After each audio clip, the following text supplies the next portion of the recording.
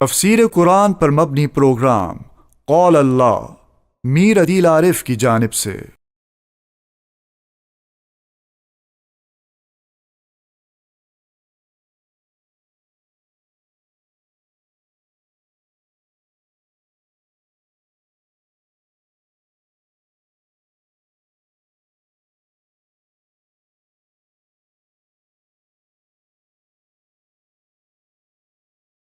بسم اللہ الرحمن الرحیم۔ پروگرام قال اللہ میں آج ہم انشاءاللہ سورہ حجر کا چوتھا رکوع ترجمے اور تفسیر کے ساتھ پڑھیں گے۔ علی حسب ترتیب سب سے پہلے چوتھے رکوع کا لفظی ترجمہ ہوگا اور اس کے بعد اس کی مختصر جیسی تشریح اور تفسیر ہوگی۔ اعوذ باللہ من الشیطان الرجیم، بسم اللہ الرحمن الرحیم۔ ان المتقین فی جنات وعیون، بے شک پرہیزگار لوگ جنتوں میں اور چشموں میں ہوگے۔ ادخلوہا، داخل ہو جاؤ جنتوں میں، بسلام، سلامتی کے ساتھ، آمینین، امن کے ساتھ۔ ونزعنا ما فی صدورہم، اور ہم نکال دیں گے ان بیماریوں کو، فی صدورہم جو ان کے سینوں میں ہوگی، من غل، کینہ، حسد، اخوانا، یہ بھائی بن کر بیٹھیں گے، علی سرر، تخت کے اوپر، متقابلین، آمنے سامنے۔ لا یمسہم فیہا نصب، نہ چھوئے گی ان کو کسی بھی قسم کی کوئی تھکان، وما ہم منہا بمخرجین، اور نہ یہ ان جنتوں سے نکالے جائیں گے۔ نبی عبادی، میرے بندوں کو بتلا دو، انی انا الغفور الرحیم، بے شک میں بخشنے والا رحم کرنے والا ہوں، وَأَنَّ عذابی، اور یہ بھی بتلا دو کہ بے شک میرا عذاب، هو العذاب العلیم، وہ دردناک عذاب ہے۔ وَنَبِّئْهُمْ عَنْ ضَيْفِ ابراہیم، اور میرے بندوں کو بتلا دو ابراہیم کے مہمانوں کا واقعہ۔ اِذْ دَخَلُوا عَلَيْهِ، جب یہ مہمان ابراہیم پر داخل ہوئے، فَقَالُوا سَلَامًا، پس انہوں نے کہا السلام علیکم۔ قَالَ، ابراہیم نے کہا اِنَّا مِنْكُمْ وَجِلُونَ، بے شک ہمیں تم سے ڈر لگ رہا ہے۔ قَالُوا لَا تَوْجَلْ، ان فرشتوں نے کہا آپ مت ڈریں، اِنَّا نُبَشِّرُكَ، بے شک ہم خوشخبری دیتے ہیں آپ کو، بِغُلَامٍ، ایک ایسے لڑکے کی، علیم، جو ذی علم ہے۔ قال، ابراہیم نے کہا ابشرتمونی، کیا تم مجھے خوشخبری دے رہے ہو، علی ان مسنی الکبر، باوجود اس کے کہ مجھے بڑھاپا پہنچ چکا ہے، فبم تبشرون، پس تم کیسی خوشخبری مجھے دے رہے ہو۔ قالوا، فرشتوں نے عرض کیا بشرناک بالحق، ہم آپ کو خوشخبری دے رہے ہیں سچی حق کے ساتھ، فلا تکن من القانتین، پس آپ مت ہو جائیں مایوس لوگوں میں سے۔ قال، ابراہیم نے کہا ومن یقنط من رحمت ربہ، اپنی رب کی رحمت سے مایوس نہیں ہوتا، الا الضالون، مگر وہ لوگ جو گمراہ ہیں۔ قال، ابراہیم نے کہا فما خطبکم ایھا المرسلون، اے بھیجے ہوئے فرشتوں تمہارا کیا معاملہ ہے۔ قالوا، انہوں نے کہا انا ارسلنا، بے شک ہمیں بھیجا گیا ہے، الی قوم مجرمین، ایک مجرم قوم کی طرف، الا آل لوط، سوائے لوط علیہ السلام کے گھرانے کے، انا لمنجوہم اجمعین، بے شک ہم لوط کے پورے گھرانے کو نجات دیں گے، الا امرأتہ، سوائے اس کی بیوی کے، قدرنا، ہم نے فیصلہ کر لیا کہ انہا لمن الغابرین، بے شک وہ پیچھے رہ جانے والوں میں سے ہوگی۔ یہاں پر سورہ حجر کا چوتھا رکوع مکمل ہوا اور اس کی 60 آیتیں تام ہوئیں۔ سورہ حجر کے چوتھے رکوع سے پہلے تیسرے رکوع میں اللہ سبحانہ و تعالی نے جہنم کا ذکر فرمایا تھا، اور فرمایا تھا کہ جہنم کے 7 دروازے ہیں، اور ہر دروازے کے لیے انسانوں میں سے ایک حصہ مقرر کیا گیا ہے۔ تو جب یہ آیت نازل ہوئی تو حضرت سلمان فارسی رضی اللہ تعالیٰ عنہ نے جب ان آیتوں کو سنا تو بڑے بدحواس ہو گئے، اور بدحواس ہو کر یہاں وہاں پھرنے لگے، نبی اکرم صلی اللہ علیہ وسلم نے صحابہ سے پوچھا کہ سلمان نظر نہیں آ رہا، تو صحابہ نے عرض کیا رسول اللہ اس کے تو دماغ نے کام کرنا چھوڑ دیا ہے، وہ تو اتنا پریشان ہے اور کبھی ایک جگہ جاتا ہے کبھی دوسری جگہ جاتا ہے۔ تو آپ علیہ السلام نے صحابہ سے فرمایا کہ اس کو پکڑ کے لے کر آؤ۔ سلمان فارسی کو جب پکڑ کے لایا گیا تو آپ علیہ السلام نے پوچھا کہ سلمان آپ کی حالت کیوں ہے؟ تو اس نے عرض کیا یا رسول اللہ، اللہ نے کہا کہ جہنم کے 7 طبقات ہیں، 7 دروازے ہیں، اور ہر دروازے کے لیے انسانوں میں ایک حصہ مقرر شدہ ہے، تو مجھے یہ ڈر ہے کہ ان حصوں میں شامل نہ ہوں۔ تو اس موقع پر یہ آیت نازل ہوئی کہ ان جہنم کے دروازوں میں اور جہنم کے درجات میں متقین کا کوئی حصہ نہیں ہوگا، بلکہ متقین جنتوں میں ہوگے، متقین اللہ کی رضا کی جگہ پہ ہوگے، متقین سہولت اور آسانی اور آسائشات کے اندر ہوگے۔ چنانچہ فرمایا ان المتقین فی جنات، بے شک پرہیزگار لوگ، وہ لوگ جو کہ کفر سے اور شرک سے اجتناب کرتے ہیں، وہ لوگ جو کہ اللہ کی نافرمانی سے اجتناب کرتے ہیں، فی جنات، وہ باغات میں ہوگے۔ جنات جنت کی جمع ہے، اور جنت باغ کو بھی کہا جاتا ہے، اور قیامت کے بعد جو مسلمانوں کا اہل ایمان کا ٹھکانہ ہے اس کا نام، اس کا معہود اور مشہور نام بھی جنت ہے۔ تو بے شک پرہیزگار لوگ باغات میں ہوگے یا جنتوں میں ہوگے، وہ عیون اور چشموں میں ہوگے۔ باغات ہیں اور اس کے ساتھ چشمے ہیں۔ سورہ محمد کے اندر اللہ تعالیٰ نے بتلا دیا کہ وہ 4 قسم کے چشمے ہیں، جیسے سورہ محمد کی آیت ہے مثل الجنت التی وعد متفیہا انہار، کہ جنت کی مثال اور جنت کی صفت جس کا متقین کے ساتھ وعدہ کیا گیا ہے، فیہا انہار من ماء غیر آسن، اس کے اندر نہریں ہیں، پانی کی نہریں، اس میں دودھ کی نہریں، اور اس میں شراب کی نہریں، اور اس میں شہد کی نہریں ہیں۔ یہ 4 نہروں کا ذکر اور چشموں کا ذکر سورہ محمد کے اندر اللہ نے فرمایا مثل الجنت التی وعد المتقون فیہا انہار من ماء غیر آسن، اس آیت میں۔ اگلی آیت میں ہے کہ ادخلوہا بسلام آمنین، داخل ہو جاؤ جنتوں میں سلامتی کے ساتھ، امن کے ساتھ۔ امام رازی رحمۃ اللہ علیہ نے اپنی تفسیر کبیر میں یہاں پر ایک سوال اٹھایا کہ یہ لوگ تو جنتوں میں موجود ہو گئے، جیسے پیچھے آیت میں اللہ نے بتلایا کہ متقی جنتوں میں ہیں، چشموں میں ہیں، تو وہ تو پہلے ہی سے آلریڈی جنتوں کے اندر موجود ہیں، تو پھر ان کو یہ کہنا کہ آپ جنتوں میں داخل ہو جاؤ، اس کا کیا مطلب؟ تو مفسرین حضرات نے اس کے متعدد جواب دیے ہیں، بس ایک جواب سن لیں کہ وہ یہ ہے کہ جنت میں داخل ہونا اس بات کو مستلزم نہیں ہے کہ انسان جو ہے تکلیف سے اور آفتوں سے محفوظ رہے۔ دیکھیں حضرت آدم علیہ السلام بھی جنت میں تھے، شیطان بھی جنت میں تھا، لیکن شیطان بھی جو ہے جنت سے نکال دیے گئے، اور حضرت آدم علیہ السلام بھی بطور آزمائش جنت سے نکال دیے گئے۔ شیطان بھی تکلیف اور مصیبت میں مبتلا ہوئے، آدم علیہ السلام بھی تکلیف اور مصیبت میں مبتلا ہوئے۔ تو جنت میں دخول اس بات کو مستلزم نہیں ہے کہ جو شخص جنت میں چلا جائے وہ وہاں پر ہر قسم کی آفات سے محفوظ رہے، اور جو جنت میں چلا جائے وہ وہاں پر ہمیشہ کے لیے آباد رہے۔ ہر وقت یہ خدشہ رہتا ہے کہ کہیں جنت سے نکال نہ دیا جائے۔ تو اس لیے جنت میں داخل ہونے کے بعد اللہ تبارک و تعالی اس جنت میں عافیت کی زندگی اور ہمیشگیری کی زندگی کا اعلان فرماتے ہوئے فرمائیں گے کہ ادخلوہا، کہ اس جنت کے اندر آپ رہیں، اور یہ رہنا آپ کا بسلام، سلامتی کے ساتھ ہوگا، یعنی ہر قسم کی آفتیں، ہر قسم کی آزمائشیں، ان سے آپ سلامتی میں ہو جاؤ گے۔ آمینین، اور اب نکلنے سے آپ کو امن ہے، اب شیطان سے آپ کو امن ہے، اور اب جو ہے کوئی آپ کو اس جنت سے نکال نہیں سکتا، آپ کو اپنے اس گھر سے کوئی بے گھر نہیں کر سکتا۔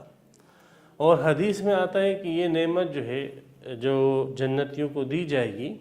یہ کافی عرصے کے بعد اللہ تبارک و تعالی جنتیوں کو مخاطب کر کے فرمائے گی کہ اے اہل جنت کیا تم راضی ہو؟ تو اہل جنت عرض کرے گی یا اللہ ہم راضی کیوں نہ ہو، الم تبیض وجوہنا الم تدخلنا الجنت وتنجنا من النار،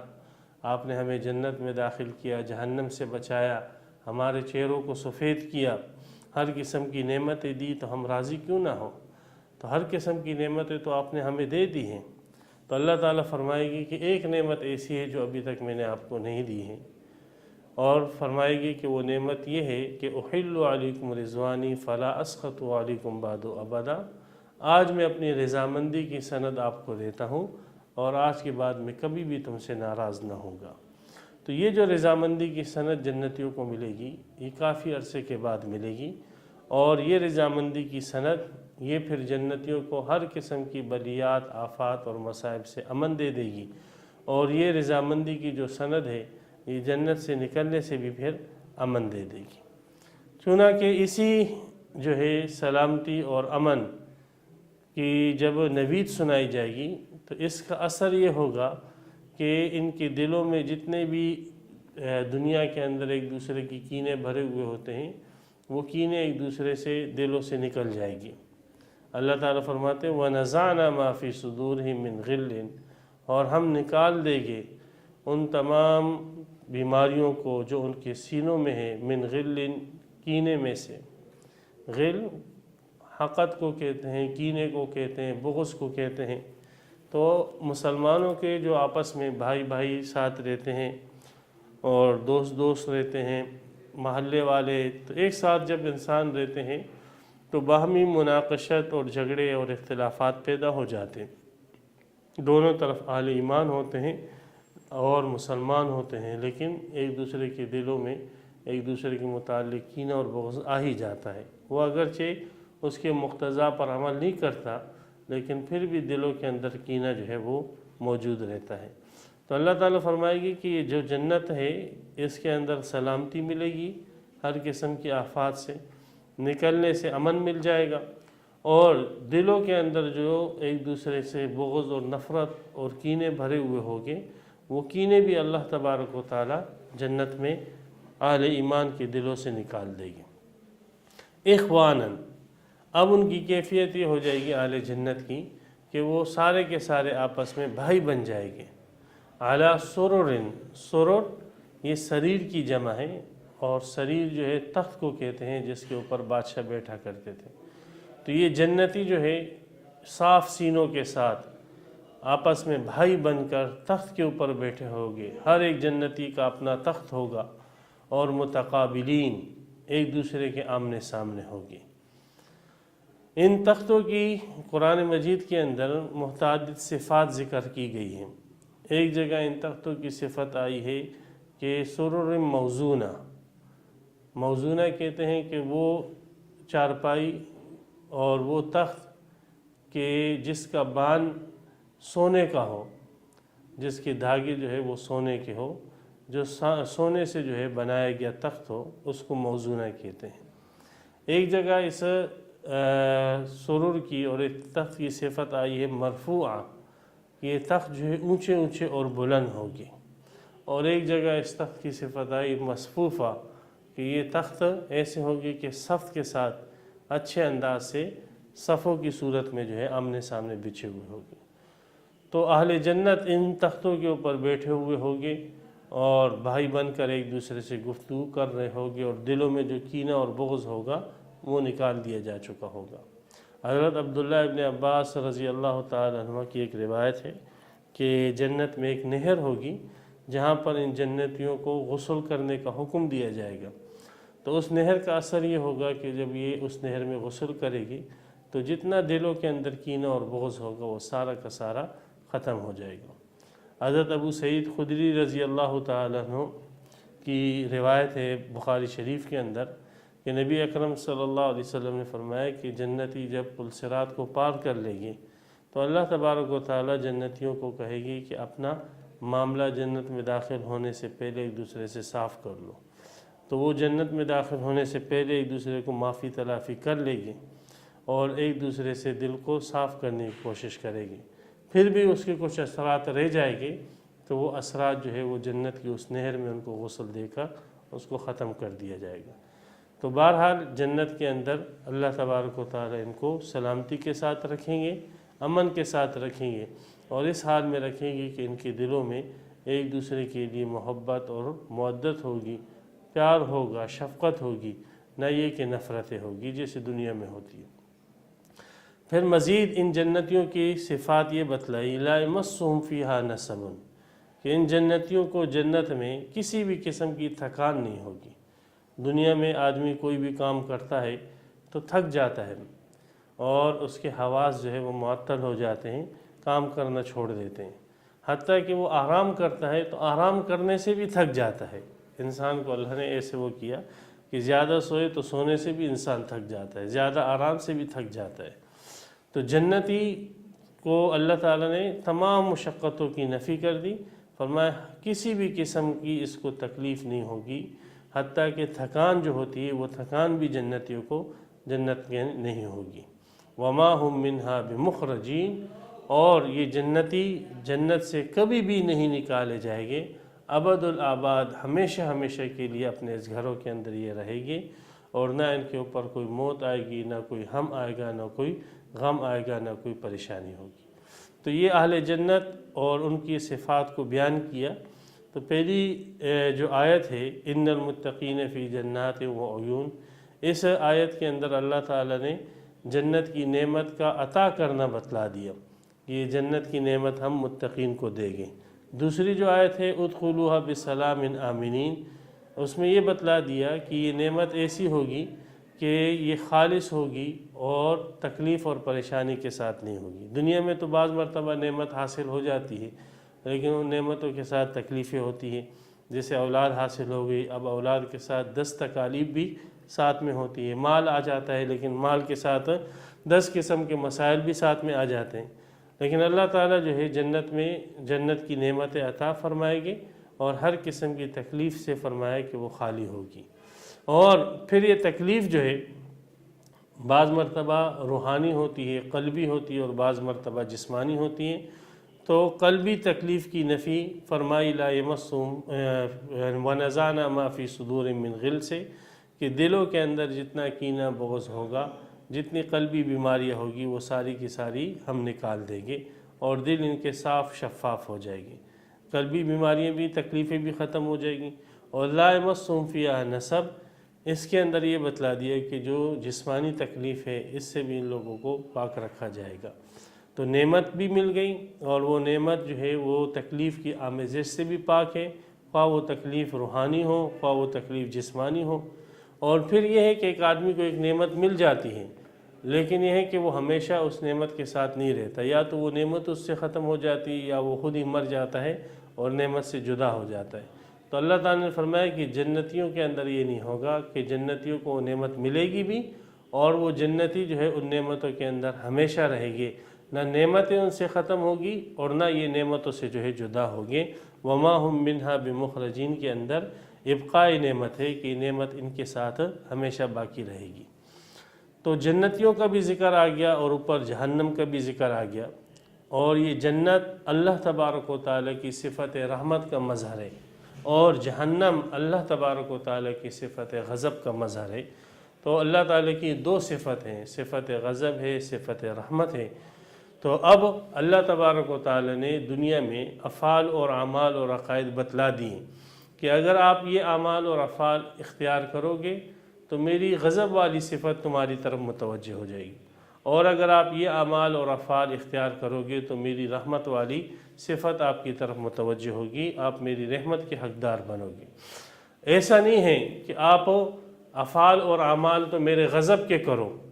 اور امید یہ رکھو کہ اللہ تعالیٰ جو ہے وہ تو غفور رحیم ہے اور اللہ تعالیٰ جو ہے وہ مجھے بخش دے گا۔ جی ہاں، اللہ تعالیٰ کو قدرت ہے کہ اللہ گناہگار سے گناہگار آدمی کو بخش دے،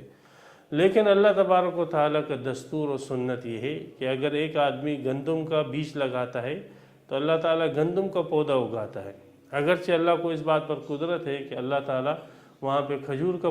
پودا اگا دے، لیکن اللہ کی سنت ہے۔ ایک آدمی جو ہے وہ کیکر کا بیج بوتا ہے تو اللہ تعالیٰ کیکر کا درخت اگاتا ہے۔ قدرت تو اس بات پر بھی ہے کہ وہ کیکر کا بیج اس نے بویا تو اللہ تعالیٰ جو ہے وہ آم کا درخت وہاں پر اگا دے۔ تو ایک اللہ تعالیٰ کی سنت ہے۔ تو اگر اللہ کی رحمت کے اسباب اور اللہ کی رحمت والے اعمال اور نظریات ایک انسان اختیار کرتا ہے تو اس کے نتیجے میں اللہ تعالیٰ کی رحمت جو جنت کی شکل میں ہے وہ اس کو ملے گی۔ اور اگر ایک شخص اللہ کے غضب اور ناراضگی والے عقائد اور اعمال اختیار کرتا ہے تو اللہ کے غضب کی شکل جو جہنم ہے وہ اس کو ملے گی۔ اب وہ اعمال کرے، عقیدہ غلط رکھے، کفریہ رکھے، شرکیہ رکھے، بدعملیاں کرے، زنا کرے، چوری کرے، نماز نہ پڑھے، روزے نہ رکھے اور صرف اس گمان پہ بیٹھا رہے کہ اللہ غفور رحیم ہے، تو اس کی مثال اس بیوقوف شخص کی طرح ہے کہ جو بیج بو دیتا ہے کیکر کا اور پھر اس امید پہ بیٹھ جاتا ہے کہ اس سے آم اگے گی۔ چونکہ اللہ تعالیٰ غفور رحیم ہے لہذا اللہ تعالیٰ جو ہے قادر بھی ہے تو اس بیج سے جو ہے اللہ تعالیٰ آم اگائے گے۔ تو جیسے یہ شخص بے وقوف ہے ایسے وہ شخص بھی احمق اور بے وقوف ہے جو اپنے گناہ اور اپنے برے عقیدے پر اللہ تبارک و تعالیٰ سے رحمت کی امیدیں لگائے بیٹھا ہے۔ اس لیے نبی اکرم صلی اللہ علیہ وسلم سے اعلان کرایا جا رہا ہے کہ نبّ عبادی، آپ میرے بندوں کو باخبر کر دیں اور ان کے سامنے بالکل کلیئر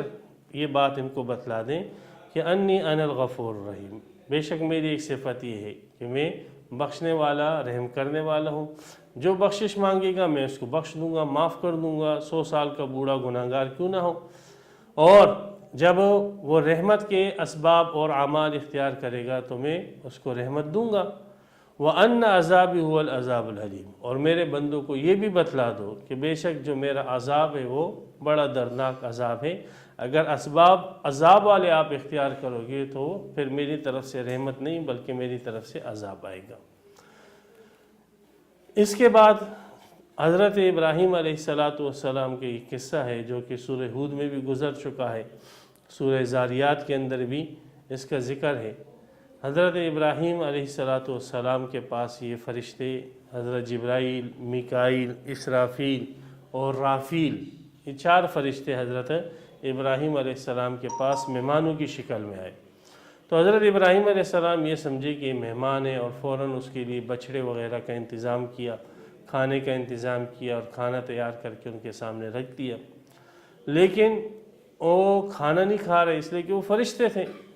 فرشتوں نے صورت اگرچہ انسانوں کی اختیار کر لی لیکن ان کی حقیقت تو اندر سے تبدیل نہیں ہوتی ہے، حقیقت تو وہی نور کی رہتی ہے۔ وہ کھانا نہیں کھاتے تھے اور نہ کھانا کھا سکتے تھے۔ تو حضرت ابراہیم علیہ السلام نے جب دیکھا کہ یہ لوگ کھانا نہیں کھا رہے ہیں تو ابراہیم علیہ السلام ان سے ڈر گئے کہ کہیں یہ مجھے ضرر پہنچانے تو نہیں آئے، اس لیے کہ اس علاقے کے اندر یہ بات مروج تھی کہ اگر کوئی شخص کسی کے ہاں کھانا کھا لیتا یا پانی پی لیتا تو پھر اس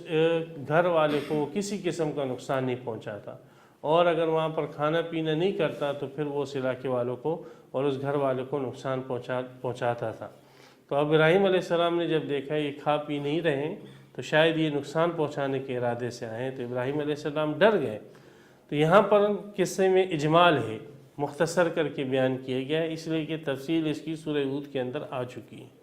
تو اس دخلوا علیہ، جب فرشتے اس پر داخل ہوئے، فقالوا سلاما، اور انہوں نے سلام کیا۔ ابراہیم علیہ السلام کا جواب بھی وہاں پر مذکور ہے، انہوں نے جواب میں سلام کا۔ سلام میں السلام علیکم جو ہے کہنا یہ سنت ہے، اور اگر صرف سلام کہتا ہے تو یہ بھی قرآن سے ثابت ہے، لیکن شیخ عبد القادر جیلانی رحمۃ اللہ علیہ نے غنیۃ الطالبین میں لکھا ہے کہ یہ مکروہ ہے۔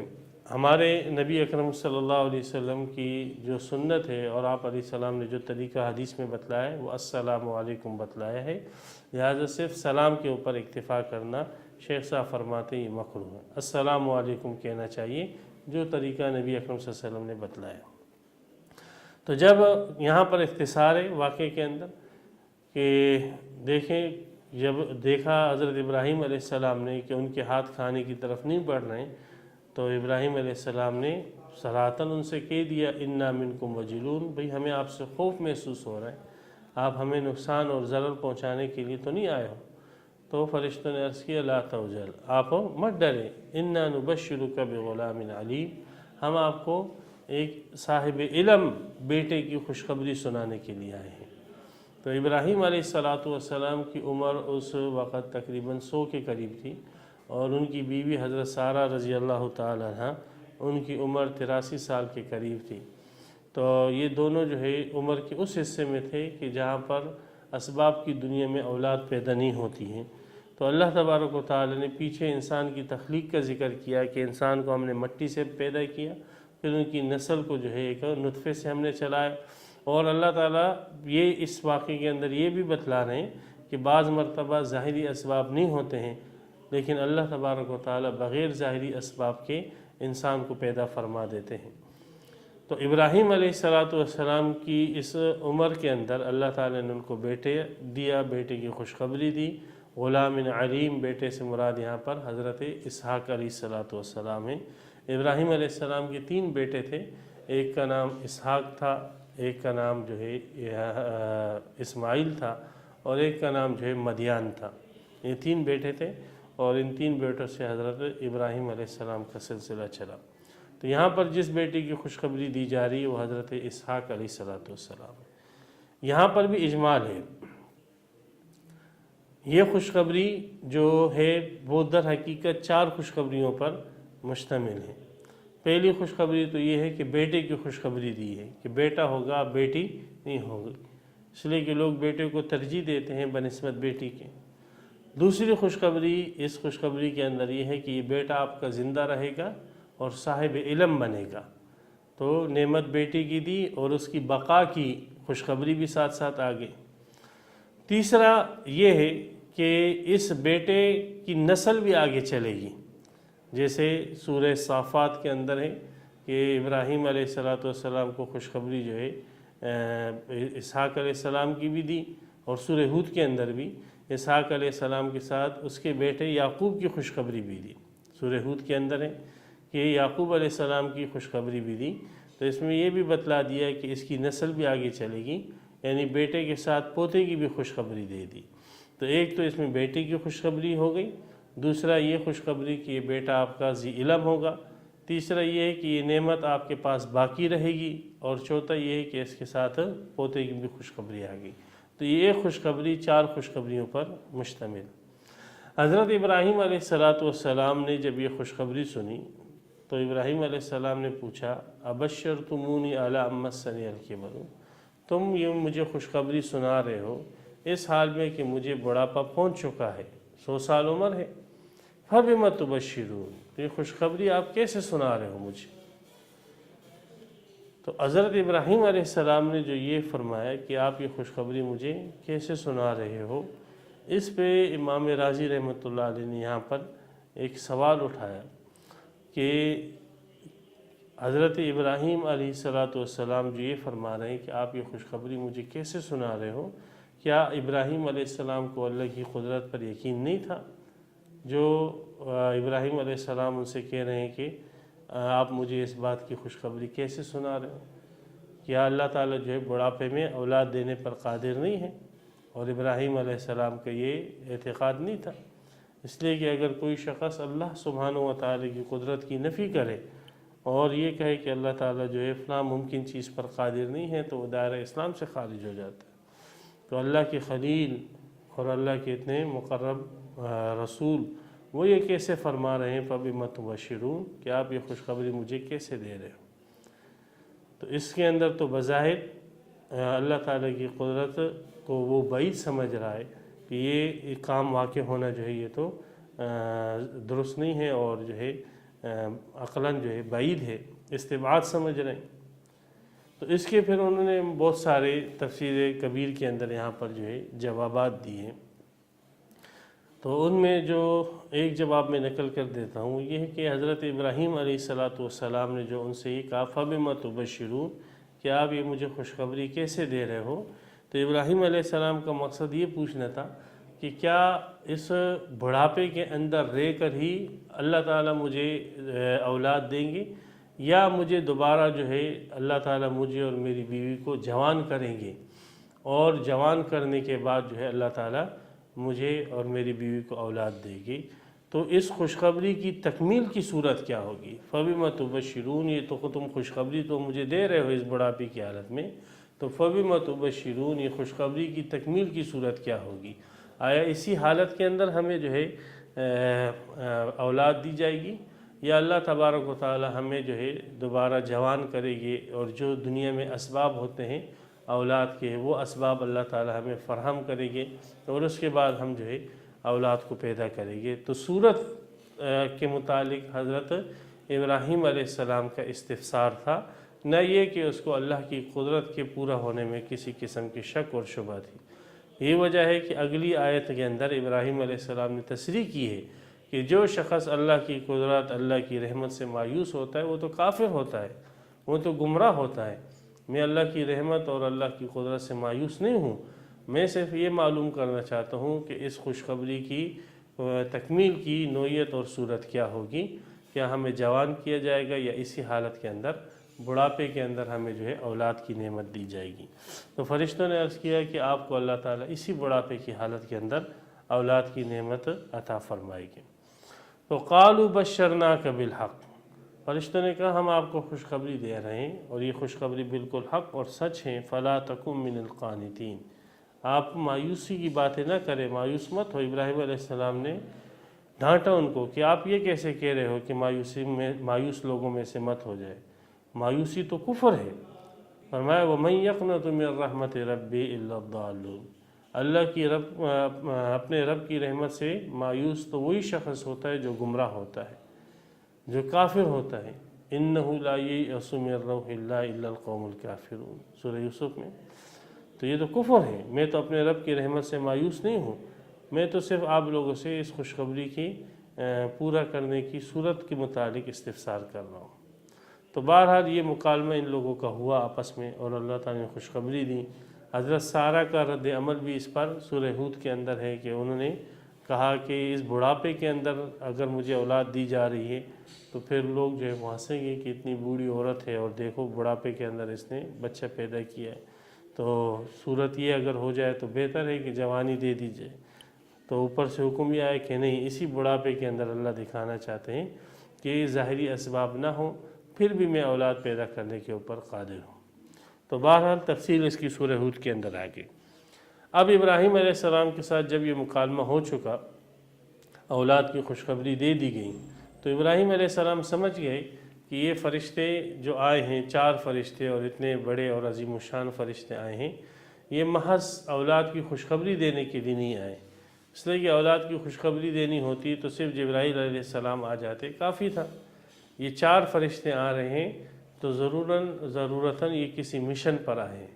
تو اس لیے حضرت ابراہیم علیہ السلام چونکہ اللہ کے خلیل تھے، انہوں نے نبوت کی معرفت کے ساتھ اور فراست کے ساتھ پہچان لیا کہ یہ خاص مقصد کے لیے آئے۔ تو پوچھا ان سے فما خطبکم ایھا المرسلون، تمہاری معاملہ کیا ہے، تم لوگ آئے کس لیے ہو، اے بھیجے ہوئے، اے فرستادہ، اے فرشتوں، تم جس مقصد کے لیے آئے وہ مقصد تمہارا کیا ہے؟ تو ان فرشتوں نے عرض کیا کہ ہم آئے ہیں اصل میں حضرت لوط علیہ السلام کی قوم کو تباہ کرنے کے لیے، اور ان کے اوپر اللہ کے عذاب کے فیصلے کو نافذ کرنے کے لیے ہم آئے ہیں، اور جتنی لوط علیہ السلام کی قوم ہوگی وہ سب کے سب غرق اور تباہ ہو جائے گی، سوائے لوط علیہ السلام کا گھرانہ کہ جس میں حضرت لوط علیہ السلام ہیں اور ان کی 2 بیٹیاں ہیں، وہ اس عذاب سے بچ جائے گی۔ باقی آل ٹو آل سارے کے سارے لوط علیہ السلام کی جو قوم ہیں، قوم صدوم، یہ ساری کی سارے جو ہے یہ تباہ و برباد ہو جائے گی۔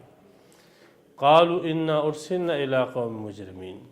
تو ان لوگوں کے اندر مشہور ہے، جیسے کہیں متعدد جگہوں پر اللہ تعالیٰ نے بیان فرمایا، ہم جنس پرستی کی صفت اور لعنت ان لوگوں کے اندر مروج تھی، اور اس کی بنیاد پر جو ہے اس بنا پر یہ لوگ اللہ تبارک و تعالیٰ کے عذاب کا شکار ہوں۔ تو ہم ایک مجرم قوم کی طرف بھیجے گئے ہیں اور ہم ان سب کو تباہ و برباد کر دیں گے، الا آل لوط، سوائے آل لوط کے۔ یہاں پہ آل لوط کا اطلاق جو ہے وہ حضرت لوط علیہ السلام کی 2 بیٹیوں پر اور اس کی گھر والی پر ہوں، ان کی استثناء کر دی۔ پھر اس آل لوط میں سے حضرت لوط علیہ السلام کی بیوی کی بھی استثناء کر دی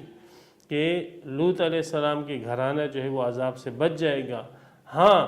اس گھرانے کے اندر جو لوط علیہ السلام کی بیوی ہے وہ اس عذاب سے نہیں بچے گی، اس لیے کہ لوط علیہ السلام کی بیوی کافرہ تھی اور اپنی قوم کے اس فعل پر راضی تھی، تو لوط علیہ السلام کی بیوی بھی اس عذاب کے اندر مبتلا ہوگی، جیسے سورہ ہود کے اندر تفصیل گزر چکی۔ تو فرمایا ان سب کو ہم جو ہے گھرانے لوط کو ہم نجات دے دیں گے، اِنَّا لَمُنَجُّوهُمْ اجمعین، ہم ان سب کو نجات دے دیں گے، اِلَّا امْرَأَتَهُ، سوائے لوط علیہ السلام کی بیوی کی۔ تفسیر بغوی میں لکھا ہے کہ اس کی بیوی کا نام واحلہ تھا، تو یہ واحلہ جو ہے یہ اس عذاب کے اندر مبتلا ہوگی بوجہ اس کے کہ یہ کافرہ بھی تھی، سورہ تحریم کے آخر میں اس کا ذکر بھی ہے، کافرہ بھی تھی، اور دوسرا یہ کہ قوم کے اس فعل پر یہ خوش اور راضی بھی تھی۔ تو اس کی گھرانہ جو ہے لوط علیہ السلام کا وہ اس عذاب سے بچ جائے گا سوائے اس کی گھر والی کے، قدرنا، اور اللہ تبارک و تعالیٰ فرماتے ہیں یہ ہم نے فیصلہ کر لیا ہے، یہ قدرنا یہ قول ہے اللہ تبارک و تعالیٰ کا کہ ہم نے یہ فیصلہ کر لیا ہے، یہ تقدیر مبرم ہے، اس کے اندر کسی قسم کی کوئی تبدیلی نہیں ہونی ہے۔ یہ اس لیے کہا جا رہا ہے کہ سورہ ہود میں ہے کہ حضرت ابراہیم علیہ السلام نے ان فرشتوں کے ساتھ بحث و مباحثہ شروع کر دیا اور کہا کہ ان قوم لوط کی نجات کے لیے کوئی نہ کوئی راستہ جو ہے نکال لیں، اور کہا اللہ تبارک و تعالیٰ سے کہ اگر اس قوم کے اندر 5 افراد بھی ایسے ہوں جو اہل ایمان ہو تو کیا آپ ان کے اوپر عذاب نازل کرو گے؟ تو اللہ تعالیٰ نے فرمایا اگر آپ ہمیں 5 افراد ان میں سے اہل ایمان دے دو تو ہم اس قوم کے اوپر عذاب نازل نہیں فرمائیں گے، لیکن ان میں 5 افراد بھی نہیں تھے اس قوم کے اندر جو اہل ایمان ہوتے، تو وہ بحث و مباحثہ وہاں پہ تفصیل کے ساتھ سورہ ہود کے اندر آ چکا ہے۔ تو اللہ تبارک و تعالیٰ یہاں پہ اختصار ہے، تو یہ فرمایا کہ اے ابراہیم آپ ان بحث مباحثوں کو چھوڑ دو، قدرنا یہ ہم فیصلہ کر چکے ہیں، یہ تقدیر معلق نہیں ہے، یہ تقدیر مبرم ہے،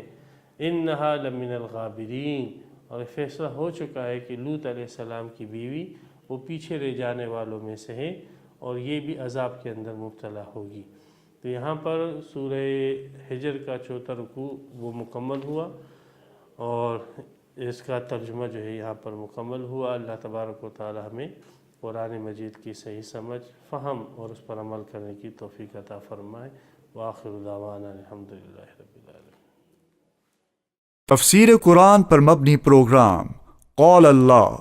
میر عدیل عارف کی جانب سے